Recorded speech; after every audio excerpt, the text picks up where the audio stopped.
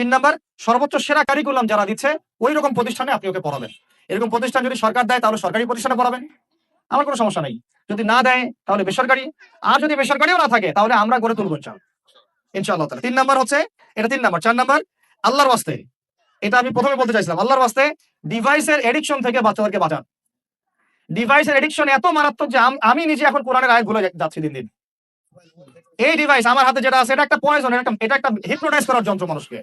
এই মোবাইলের এডিকশন থেকে বাচ্চাদেরকে বাঁচাবেন আল্লাহর ওয়াস্তে। যদি আপনি বাচ্চাকে হাফেজ বানাতে চান, আলেম বানাতে চান, কারি বানাতে চান, মুহাদ্দিসা বানাতে চান, এটা হাতে থাকলে আপনি পারবেন না। এটাতে এডিক্টেড হয়ে গেলে আপনি কোনোভাবেই বাচ্চাকে মেমোরি ধরে রাখতে পারবেন না। বহু হাফেজে কোরআন ভুলে গেছে দিন দিন এটার কারণে। এটার মধ্যে অ্যাডাল্ট্রি অনেক কিছু আছে, ওরা এগুলো বোঝে, ওরা এগুলো এখন বোঝে, কিন্তু ওরা ছোট নাই এখন। এগুলো একটা কার্টুন দেখতে গিয়ে ওরা 10টা দেখে ফেলবে, আজে বাজে জিনিস দেখে ফেলবে। এটার মানে ব্যবহারটাকে নিয়ন্ত্রণ করেন, ডিভাইস এডিকশনটা বন্ধ করেন, আল্লাহ পাক তৌফিক দান করেন, আমিন। 5 নাম্বার হচ্ছে ম্যানুফ্যাকচার কোনো খাবার বাচ্চাদেরকে খাওয়াবেন না।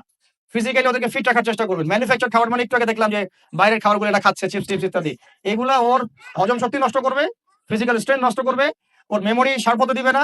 ওকে ভিতর থেকে ওই যে একটা শব্দ একটু আগে বলেছে এক ভাই যে ব্রয়লার মুরগি বানাই দিবে, আসলেই তাই বানাই দিবে। আমরা ঢাকা শহরে যখন থাকি, ছেলেপেলেদের 15 বছরের ছেলের ভুঁড়ি দেখলে আমাদের মনে হয় যে কি একটা অবস্থা।